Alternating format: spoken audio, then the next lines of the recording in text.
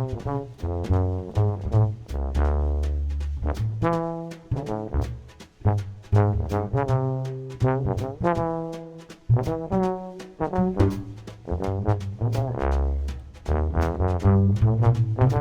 everybody, Michael Davis here, and welcome to Bone2Pick. I am really excited to have an old friend, our featured artist for the month of August, up with us today, the great Douglas Purviance. Douglas is a Grammy Award-winning producer, bass trombonist extraordinaire, tubaist of acclaim. He's a contractor. He's been at this for over 40 years at a very high level of success. He's been a member of the Thad Jones Mel Lewis slash Vanguard Jazz Orchestra since 1977. He was a charter member of the Carnegie Hall Jazz Band. He cut his teeth early on with the legendary Stan Kenton Orchestra. He has toured and recorded with a virtual who's who of the jazz world, including Joe Henderson, J.J. Johnson, Christian McBride, Dizzy Gillespie, Slide Hampton, Steve Turre, just to name a few. On the New York show scene, he was a member of the orchestra at Cats for the entire run of the show from 1982 to 2000. He currently holds down the bass trombone chair at the hit show Wicked, where he's been since 2003. It is always a pleasure to see Douglas, always a pleasure to work with him.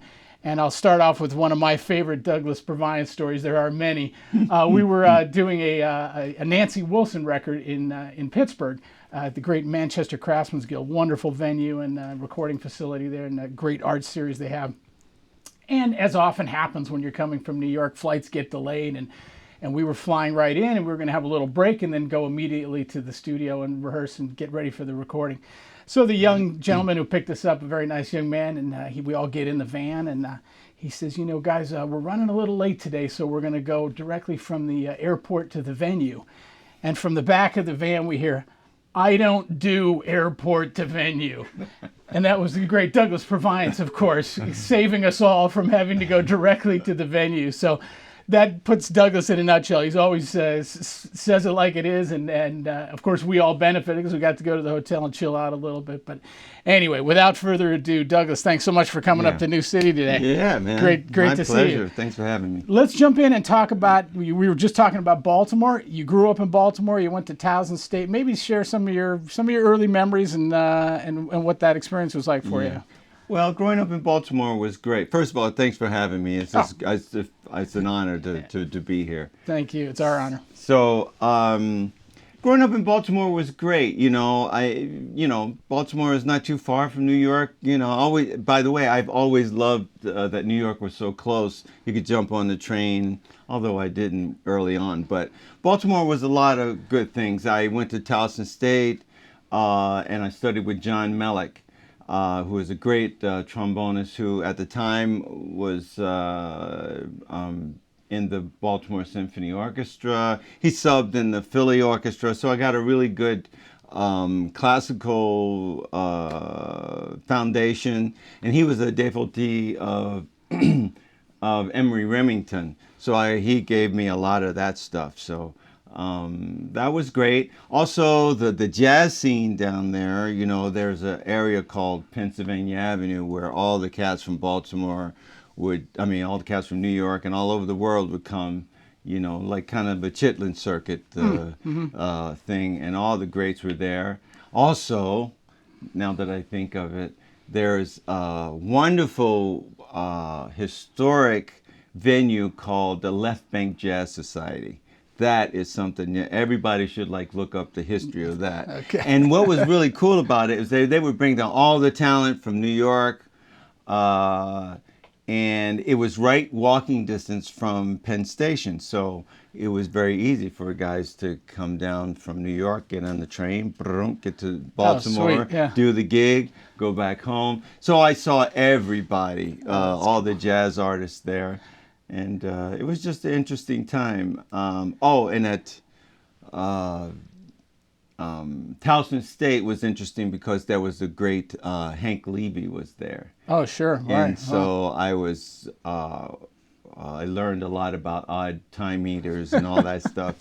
I still have nightmares of some of those Hank Levy charts.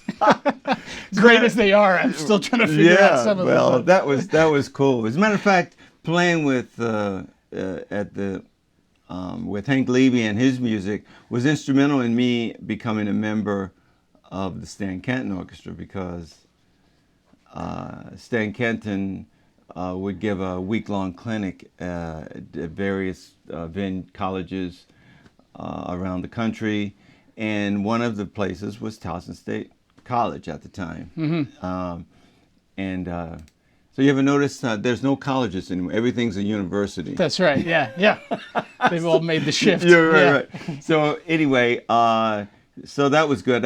It was just a great time to be in Baltimore. But very cool. Well, let's talk a little bit about one thing that I find amazing, and I've known you for so long, but I didn't really know the whole history behind you being on Stan Kenton's band, and what that experience was like for you. I know I actually attended one of the Stan Kenton camps when I was in high school, and perhaps I saw you then. Yeah, right. But yeah, there was an amazing experience. But what was that like playing with Stan? And I also understand you were a bit of the Mick Jagger of the band, very popular with the ladies, I've heard. But at any rate, you can address that at whatever level you like. But more importantly, what it was like working with Stan and the rest of the cats on the band. Well, when when I thought about doing the interview, I said, there's got to be, and the period I grew up in. This is going to surprise you. And I grew up in the '60s and the '70s, and so there was a lot of racial, movement, upheaval, and a lot of racial experiences that, that I really think I should, let people know and talk about, because you have to share that stuff. I don't want to say an old man, but I have experience. And it's my job now to lay that on. So when we talk about Stan Kenton was very interesting, and because I was the only African American person on the band at that time. As a matter of fact, when I say I played in Stan Kenton, they would go, really?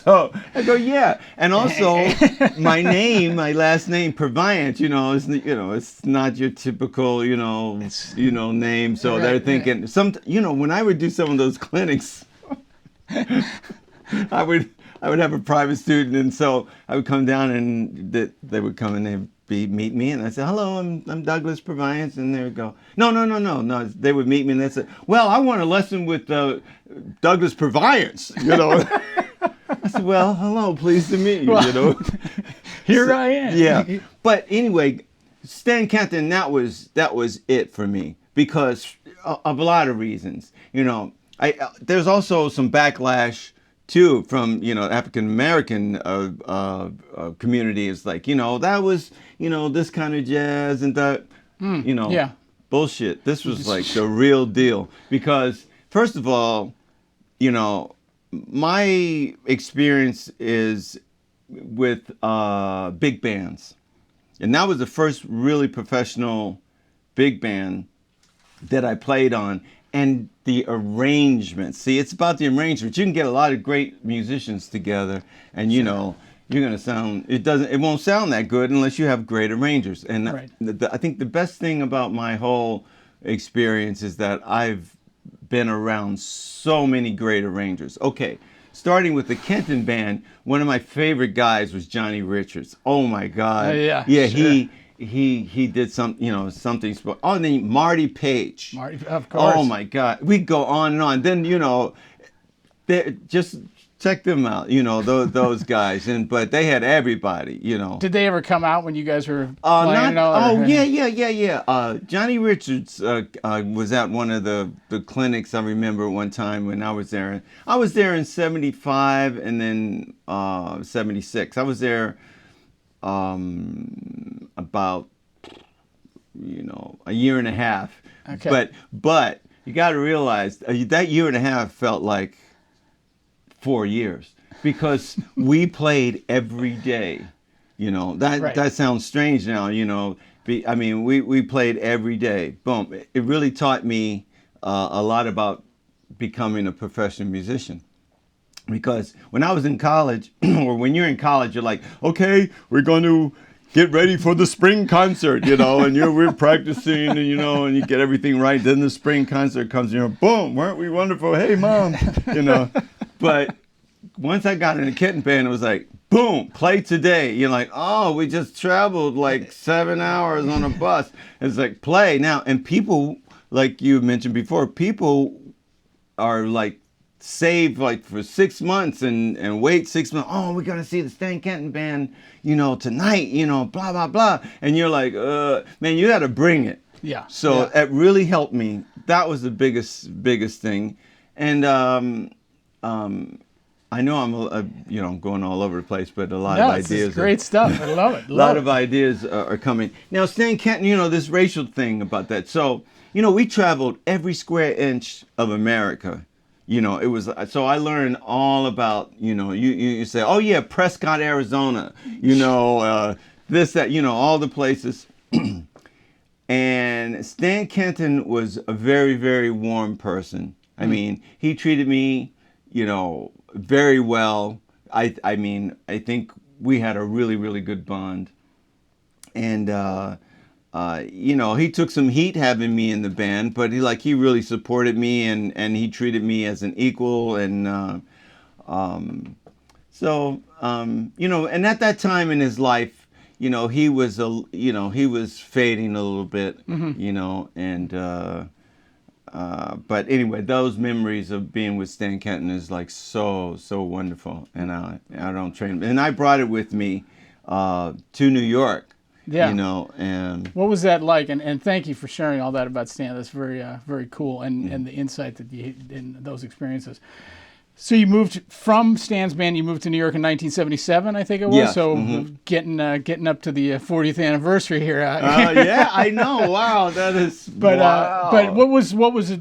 I know you were successful like right from the get-go. But what was your earliest memories of coming to New York and what it was like back then?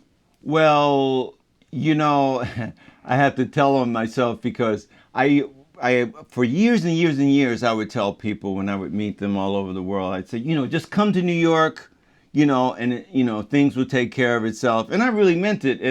But things were different then. I mean, they had so many rehearsal bands, right. You know, and they needed players all over the place. There were gigs. I don't know if there were a lot of paying gigs or high pay, but you could learn. I always thought about New York as a place to learn your craft. You know, and some of the attitudes I hear these days are like, well, I don't, you know, I'm a little uncomfortable in New York and blah, blah. It's like, man, you're 20 years old. What are you going to retire now? It's like, come here and learn what's going on, man. Yeah. Sit in between Mike and I and just see what they're doing, you know. So, now, by the way, I always love playing with you, man. I really do. I mean, I'm not just saying it, like when I said, we just did a record date, what, 2 weeks ago? Yeah, something a couple like weeks that. ago, yeah. And I'm listening, and I'm like, you know, yeah, this is it, man. I'm like, yeah. The feeling is mutual, yeah, as you know. Well, thanks. But New York was really special. You know, New York is what is good about New York is that it's a place where everybody from around the world come to, and they make it a special place. Mm-hmm. It's not just I hardly even know any native-born New Yorkers. You know, sure, yeah, maybe John Mosca, Earl McIntyre. You know, but everybody comes here and they work it out. You know. And it's not that easy to work it out. But when you stay here and you work it out, even if you don't play one gig, you will learn so much just by hearing the other great players that are around. I do remember walking. There were a bunch of gentlemen who took care of me.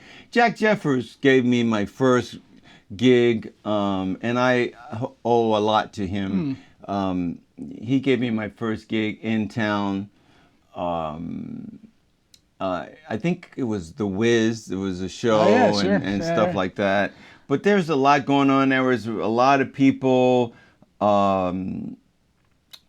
needing members for rehearsal bands and stuff like that. I just loved it. I could play all the time, but it's not like that now. It's a little bit more difficult, and I would be telling people, "Oh, just come. It's going to be okay." They come, and it's like, "Well, there's nothing here." Well, I don't know about nothing, but it's not as like it used to be. But nothing is. So yeah, it's certainly changed. Yeah. For those of you, I'm sure everybody who knows Douglas Purviance knows his long-time association with the Thad Jones, Mel Lewis Vanguard Jazz Orchestra.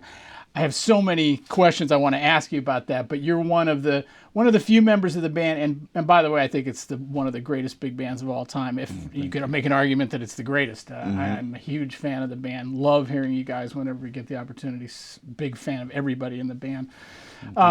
All that said, you're one of the few members who actually played with that, along with John Mosca and Dick Oates and a few of the other Jim McNeely and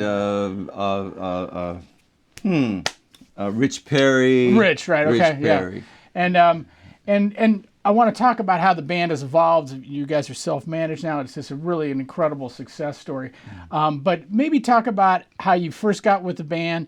And your memories of Thad Jones, obviously, to me, he's the most important big band arranger of all time. But what your thoughts? You knew the man, so.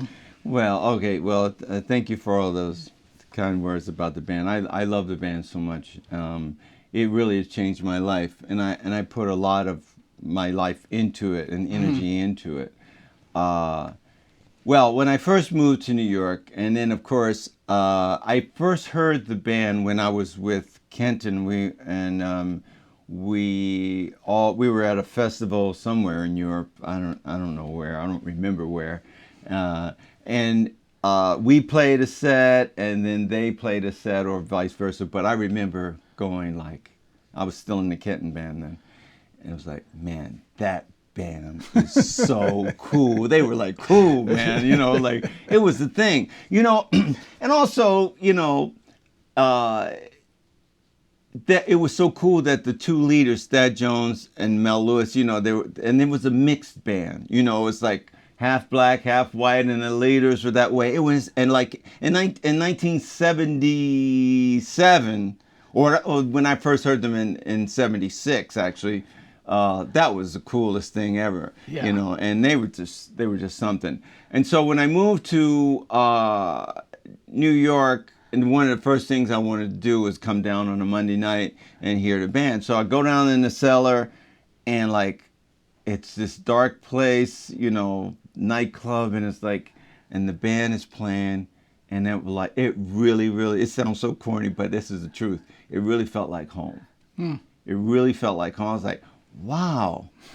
Wow. I was like, I could breathe. And the clientele, everything, it was this is home. And so I've kind of been there ever since. So it was a good hang. It was a really good hang down in the Village Vanguard.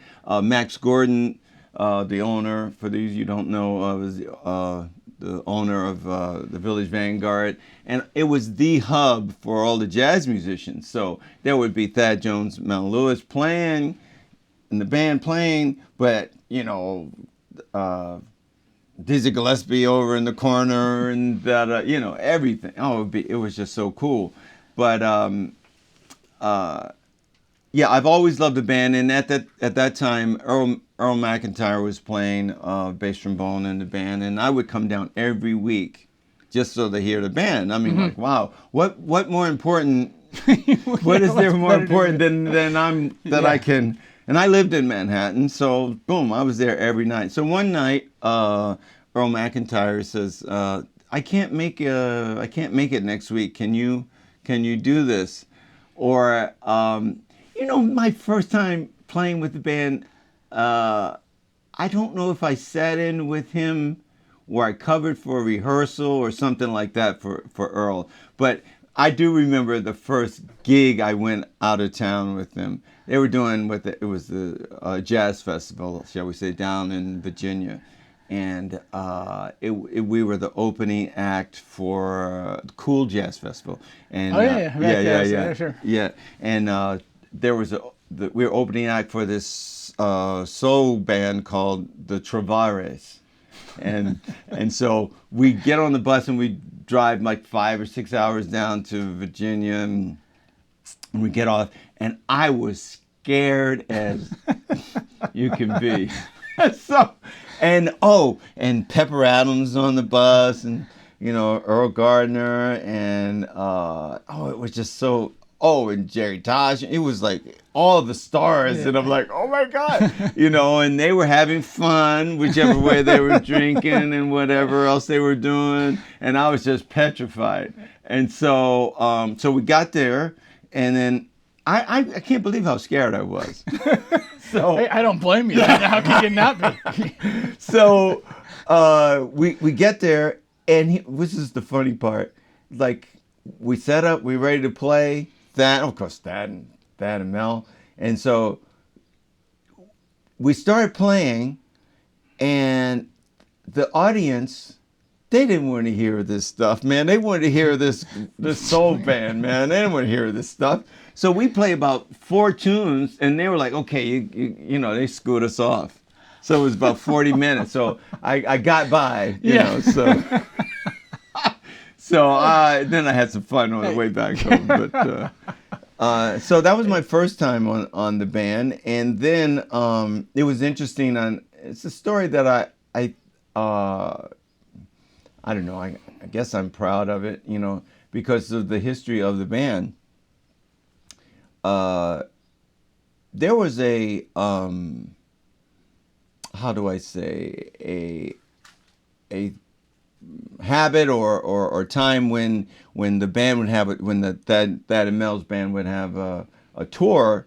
They'd say, okay, and there would be long tours. There would be 6 to 8 weeks or whatever like that in Europe or in Japan or something. And they say, well, who is going to go on this tour? And so the guys who couldn't make it, Thad would basically say, okay, well, that's it. So they would, you'd be off the band. I don't know if that rule applied to everyone, but it applied to a lot of people.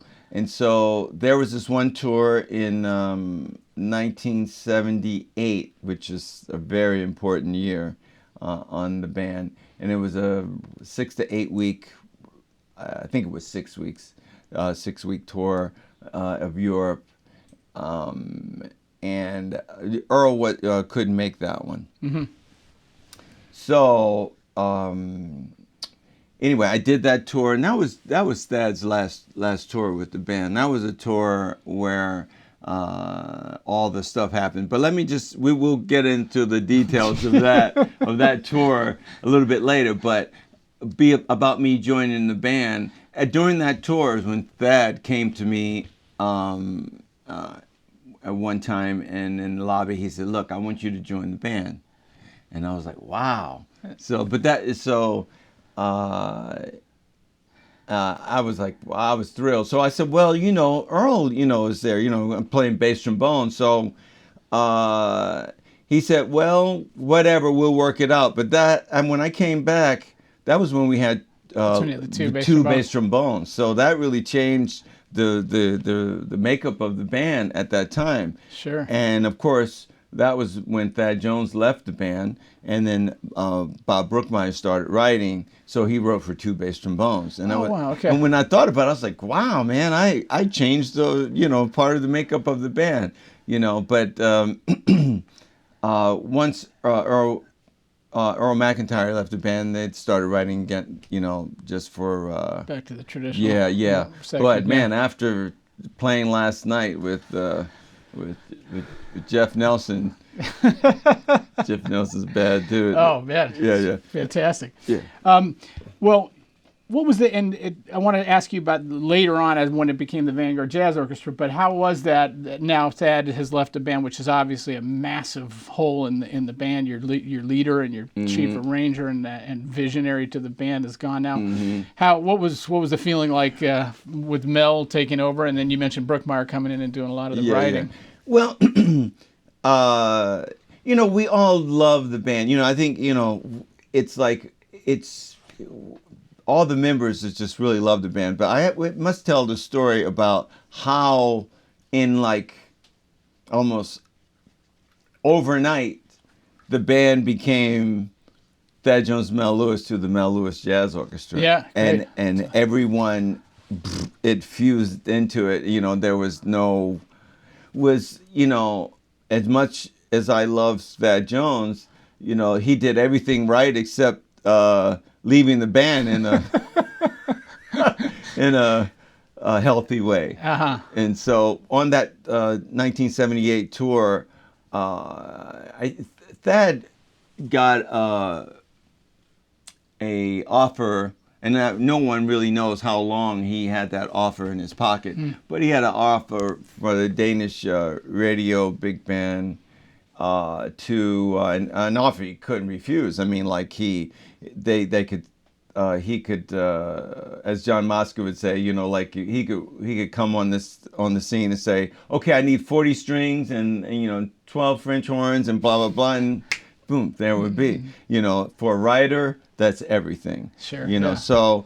But during that tour is when Thad got into a tussle and his chops were ruined, and so you know he was thinking about retiring. So that makes a sense. He said, "Man, maybe now is the time to take this offer." You know. Interesting. Yeah. Yeah. So.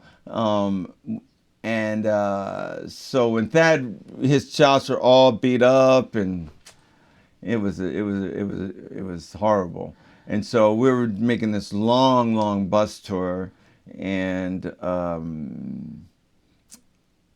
there was whispers all over the bus like Dad might be leaving and things like that. And but you know, I was just in the back of the bus, just hanging, you know. So next thing you know, they said, "Well, we'll send we'll send Dick Oates up there to talk to Thad," because Thad was so close to Dick Oates. And so Dick Oates goes up there, and next thing you know, they're talking, and blah, blah, blah, blah, blah. All of a sudden, Thad stands up. He's at the front of the bus, and Mel and the rest of them in the back of the bus. It had come to that. So Thad stands up and he goes, "Listen, from now on, you only have one leader, and that leader is Mel." And so like, wow. And me from the back, you know, the bus, I said, "Why? What's going on? What's going on? Talk to us," you know. And he says, "Why should I talk to you?" I said, "Because we're out here with you."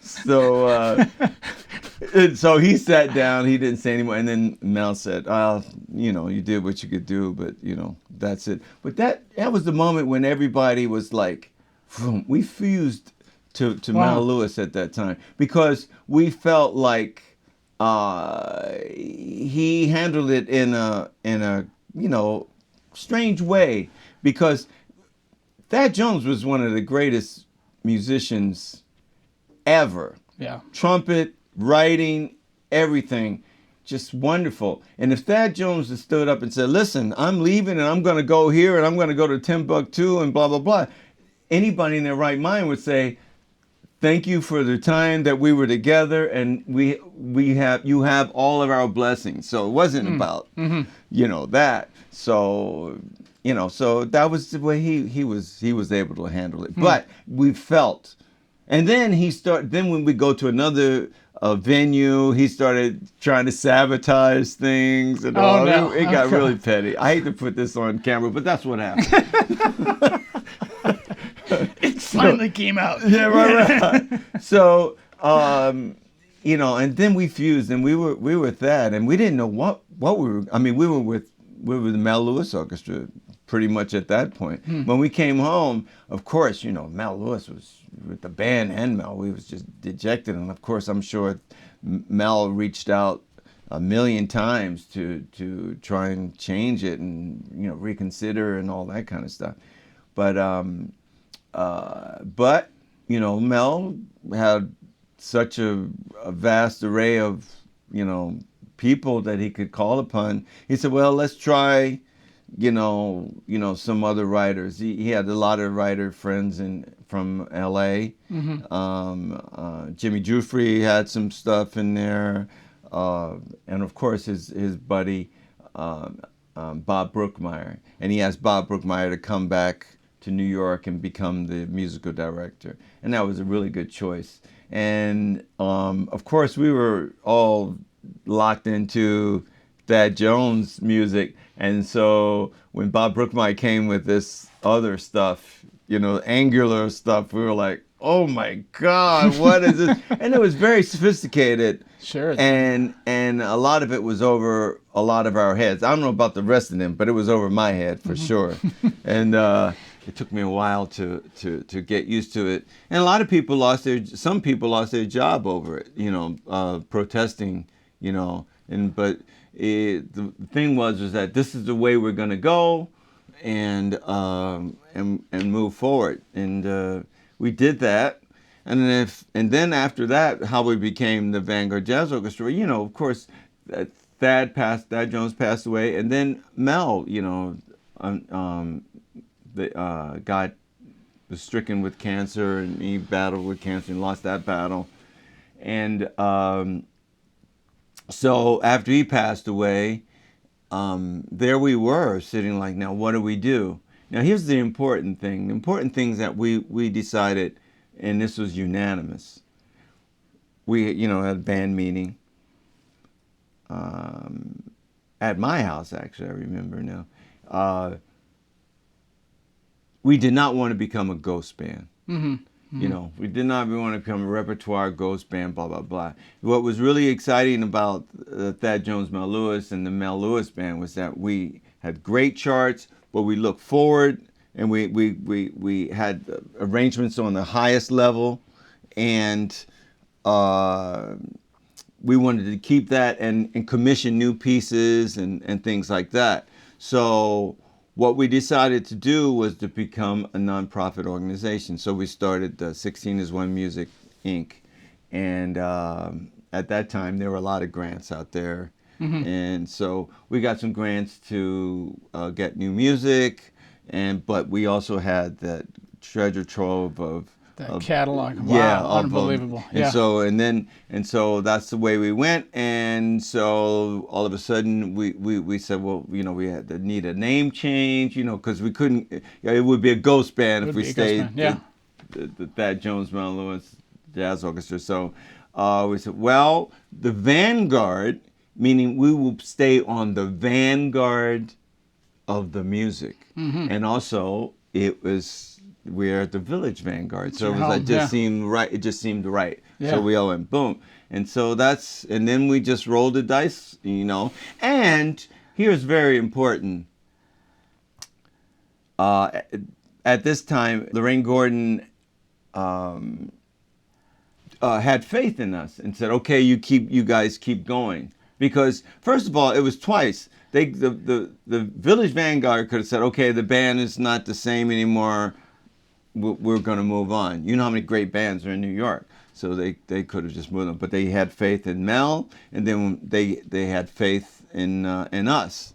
And to that end, what really surprised me, a lot of times when we became the Vanguard Jazz Orchestra and we would do a gig and we weren't there on a Monday night, in the beginning they started using other bands. On the Monday nights when we weren't there. Mm-hmm. I'm sure you played there with Bob Menser or whatever. Yeah.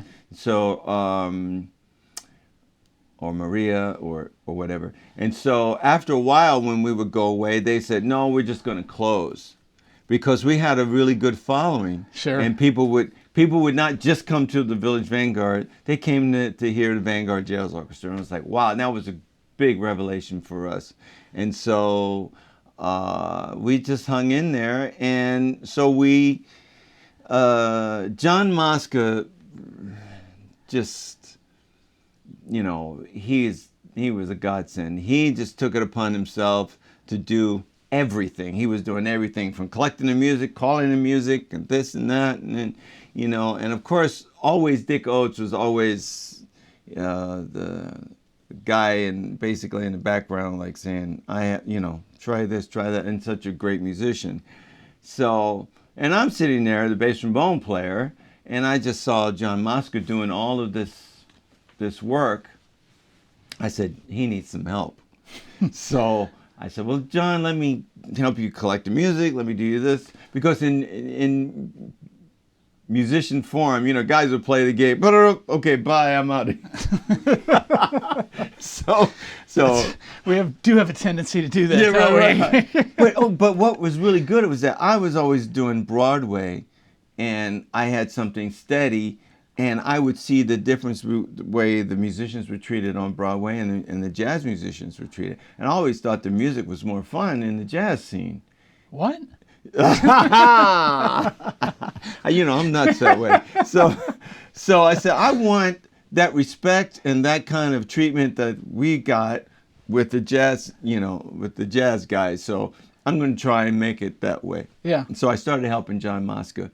And then eventually things got into, I became, when we started the nonprofit organization, it was the three officers were me and Dick Oates and John Mosca. And then, things evolved and I became, I always loved record dates. I still, to this day, I'm excited. I don't know about you. I love them. It's like, wow, it's like, oh, this is so cool.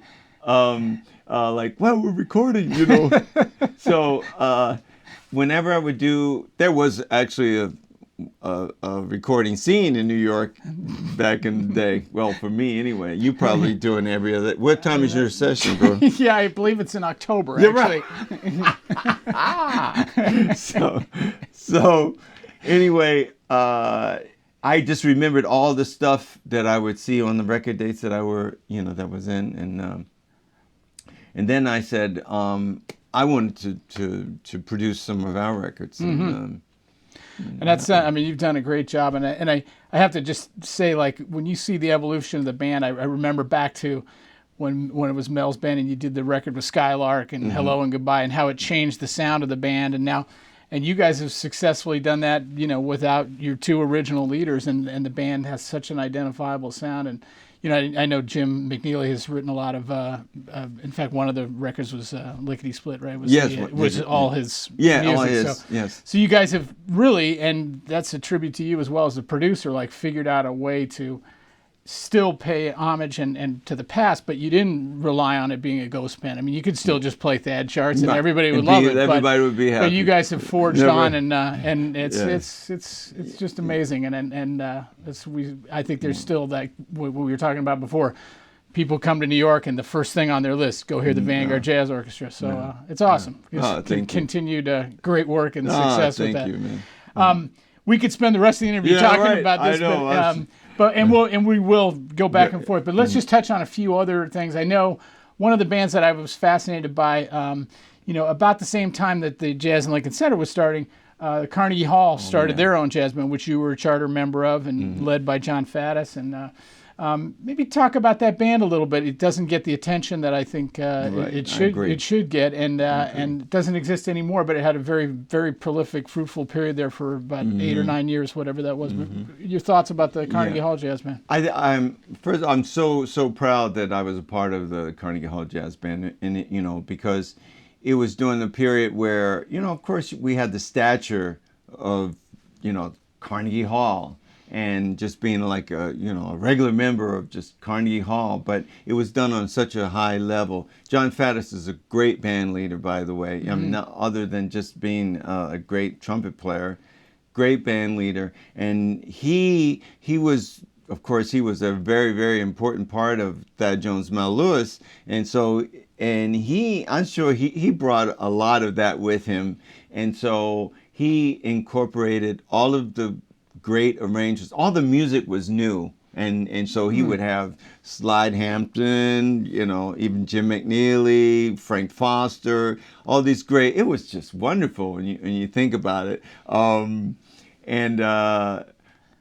So he commissioned new music, and we played that. It was just great. I just loved it, and the players in there. Like Frank West. Oh my God, it was just, I don't know what else to say, but it was high level, and I think I wish we had recorded a lot more. I think there was only like one record, but John Faddis always tried to do things on a first class level, and so he wanted the pay to be right, the sound to be right, and but I think that the economics of everything you just couldn't do it on that level when things were changing eventually. So I think that's why we only did maybe the one record. I mean, so.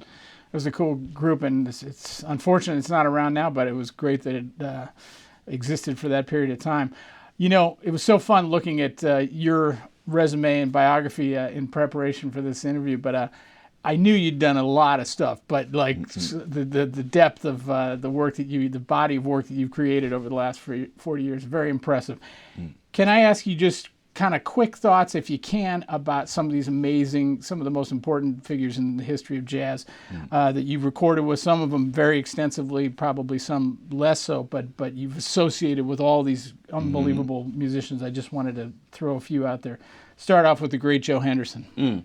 Well, Joe Henderson, I did not have a personal relationship with Joe. That was a recording session that I did part of. It was like the recording session of the year that year, and it was great. I mean, I look over there and there's like Freddie Hubbard and Joe Henderson and Slide, and I'm like, oh my God, so I was just holding on for dear life. But it was just great to be a part of that. I wish I could say more about Joe Henderson, but he was a very quiet man, so you just don't go up to Joe, hey Joe, what's going on, baby? At least not for me. Another true gentleman, J.J. Johnson. Oh my God, J.J. Johnson. J.J. Johnson was such a gentleman and such an artist and discerning musician. I was just so proud because I grew up listening to JJ. We all did. Of course. And just for him to be in the circle and even recording with him was just phenomenal. And Slide Hampton has so much respect for JJ, and just I don't know. It's just been so lucky and blessed, and I'm fortunate to. Well, that was my next name because he's the next guy, in the history of the, and it's such an important figure. But I know you have a deep relationship with Slide Hampton. Well, Slide Hampton, I love him like a father. I think he is just a great person and great musician, of course. And he is so unsung, like, wow. As a matter of fact, I'm going to start a project to get his music and his arrangements more out in the public. So look out for that. Wow, great. That's fantastic. We're in talks about getting all of his stuff in one place and then getting them published. He just celebrated his 85th birthday, so it's time. And I'm sure everybody does know, but Slide Hampton, also one of the great arrangers of all time. Yes. I mean, like yes. It's hard to say underrated, but because he's just so good. But yeah, he deserves much more recognition. So great. And I'm going to do my best to help bring him out to the fore. Awesome. A gentleman you've been working with now, doing some contracting for, in addition to playing, but the legendary Ron Carter. Oh, Ron Carter. Okay, I've been playing with Ron Carter, and also I know you probably got to mention Christy McBride, but I'm playing bass trombone on these bass player albums, and I'm like, wow, this is cool, because we're playing the same notes and things, and I'm just really honored to play with both of those gentlemen. But Ron Carter is wow, I do spend some time with Ron. I go over his home and his house and hang out a little bit, and it's just a quiet man, soft spoken, and carries a big stick, but it's just an honor to be with him and musically, and he's music, he's listening all the time, and cool, so, inspiring stuff. Yeah. And Dizzy Gillespie. Oh my God, Dizzy Gillespie is the number one person, and I always tell people why. Dizzy Gillespie, to me, was the greatest musician of our time, or you know, and all the great musicians that I ever met, they always say Dizzy is the guy. Wow. Okay. They all say that Dizzy is the guy. I don't, and also, you know, like Jimmy Heath, I'm also contracting on his band, and his thing is like Dizzy Gillespie, Slide Hampton, Dizzy Gillespie. They all say that without question. So I played on Dizzy Gillespie's big band several seasons, and what I learned from him was that there were two things important for him, was that he loved music and he loved sharing it. You know, he wasn't one of those guys, well, I don't want to let you know what I do on this sharp 11 blah, blah, blah chord. He was, oh, wow, check this out. Everybody, man, look at you can do this. And he was so excited. And the second thing was that he liked to laugh. You know, it was like having fun. You know, I didn't call him Dizzy for nothing, but it's like, what a great attitude, you know, just music and like to have good fun and no attitude. You know, he would be in the room and you wouldn't know that he was the greatest cat ever, you know, but I learned a lot from that, because there are a lot of people who are not as good as Dizzy with a lot of attitude and they don't deserve it. I was like, wow, man, come on. You got to be kidding me, right? Yeah. What an unbelievable beacon, you know. That here's the way to do it right. You know, that's very cool. Dizzy was also was my first production. When I was on the Dizzy big band, and Dizzy did the music for a Spanish film called Winter in Lisbon, and he played and he was acting and all that stuff. And so, but what happened, they didn't have the equipment the way they should have, and all of the sound of his playing was too low. The levels were too low. So they said, well, we got to get those and to play over that. And can you imagine, like, to play over Dizzy's solo? And so they said, can you do that? Not to me, but they were Dizzy's manager. And so they said, okay. And then, but they said, well, we need somebody to help with this, blah, blah, blah. And I said, I'll do it.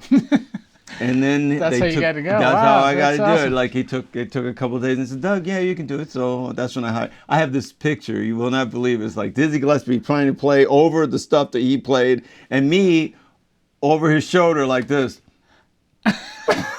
I'm like so scared, you know. But anyway, it's my favorite picture. Wow, that's awesome. Yeah. I'd love to see that. That's very cool. You know, let's just maybe even talk about you. That's how you got started. But one of the things that I find particularly impressive and inspiring about your career, you have, you know, you touched on it quite a bit, and there's no question that the business has changed dramatically in our time here in New York. But you've figured out a way to navigate through that, and you're doing some producing, engineering, contracting, still playing all the time. How did that just kind of come about? Or did you kind of feel like, wow, the scene's changing, I'm going to try to put as many irons, as many fires as I can? Or? I didn't consciously think of it. Well, what I tell students, you know, it's like I do what I love. You know, I love playing the trombone. Like I said, I love being in the studio. I love the recording stuff. I actually love organizing the musicians when I'm doing the contracting, you know. So I do what I love. But, you know, the most important thing is that you got to be a nice person. You know, I don't care how well you play. If you're going to be, you know, I'm trying to decide what term I'm going to use. If you want to be a bad guy, if you want to be a guy where no one can get along with you, we're in New York, and so they can choose all kinds of guys to play your part, you know. Absolutely. And so why would somebody want to play with somebody who's nasty with a bad attitude or everything? I like to have fun. It's you know, we don't have but a few more, as my friend said, we only have but so many summers left in this on this planet. It's a finite number at this point. Right. So have some fun, you know. And so I like to get along. And that's the other thing, that's what I meant when I learned from Dizzy. Dizzy'd like to have some fun. Yeah. You know, but he's as serious a musician and in his craft as anyone ever was. So, but he liked to have fun, and I always took that as a model. Yeah.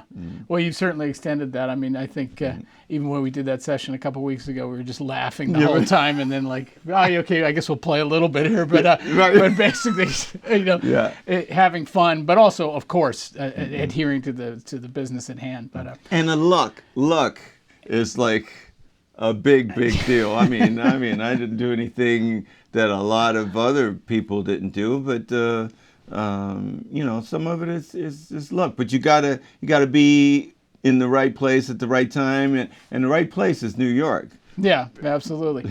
Well, speaking of that, I gotta kind of address this with you because we were talking with Kent before we started. You've been on 2 like major hit Broadway shows, which for most of you who know about the Broadway scene, it's kind of become the mainstay of work in New York. It's certainly the only thing steady. There are occasional sessions, but not like it was 30, 40, 50 years ago. So Broadway is a very important mainstay of work in New York, and you hopefully get on shows, but you never know how long a show is going to run. So Douglas was a member of the orchestra at Cats, which was a huge mega hit. I mean, ran 18 years, 18 right? years, yeah. And now you've been on another massive hit, Wicked, that's been running since 2003, so 14 Yes, 14 we're years. now 14, yeah. So let me ask you this, which you and I did a very short run show, Sweet Smell of Success, which I knew it was going to be short run when I saw the Daily News headline in the review. It said, Sweet Smell of Rot.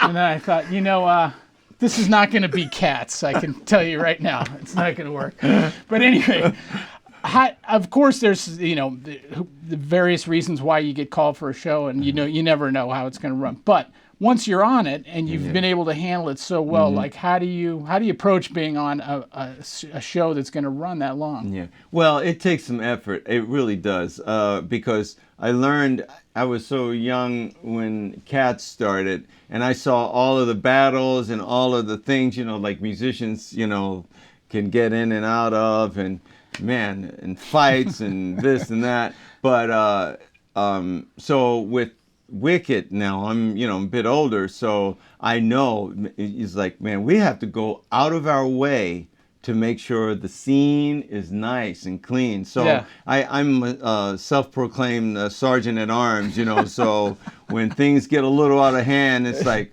hey guys, we need to make things right, As a matter of fact, recently I had to even say some things to a guy to make sure everything is smooth, and because I like to have fun, and I'm kidding all the time, and the brunt of a lot of my jokes are the subs, so so I can go a little bit overboard sometimes. Well, I could say, having been a sub at Wicked, I enjoyed it immensely because you just bring like the sense of humor to it, and still, again, always with the eye towards professional work, but makes it enjoyable to come in there. Douglas, as we wind down, thank you again for coming up and all the great insight and stories. It's just been a wonderful opportunity to hear about your incredible career.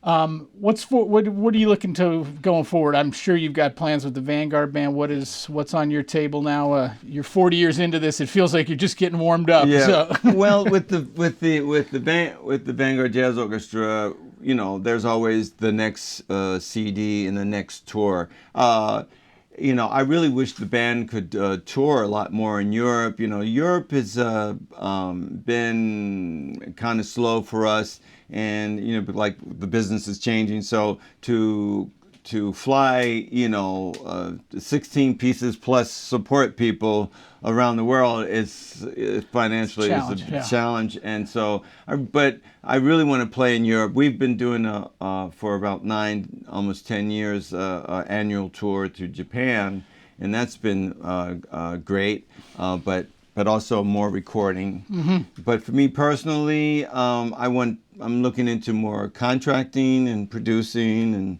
and things like that, and see what you've always got new. And thank you for calling me for this. I couldn't do it. The Chris Potter big band that you did, which I'm like the biggest Chris Potter fan in the world. But I was like, wow, Douglas is contracted for Chris Potter. I was like, hey, did you get that check I sent you? Or no. Okay, good.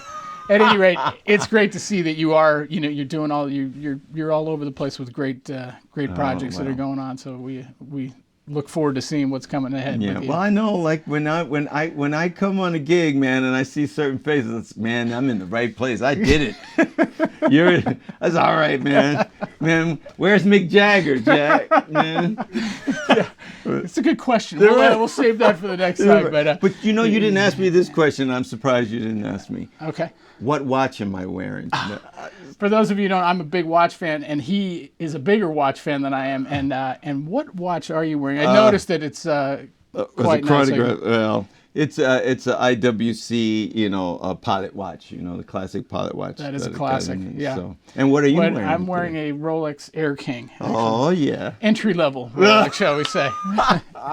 Anyway, that's a great place to leave it. Douglas, once again, thank you so much for coming up today. Thanks for all you've done for the music business and for all of us as trombone players. And we'll look forward to following you with the Vanguard Band and all your other endeavors. So yeah, my pleasure. Thanks, Douglas. Thanks for having me. We will see all of you next time on Bone2Pick. All right.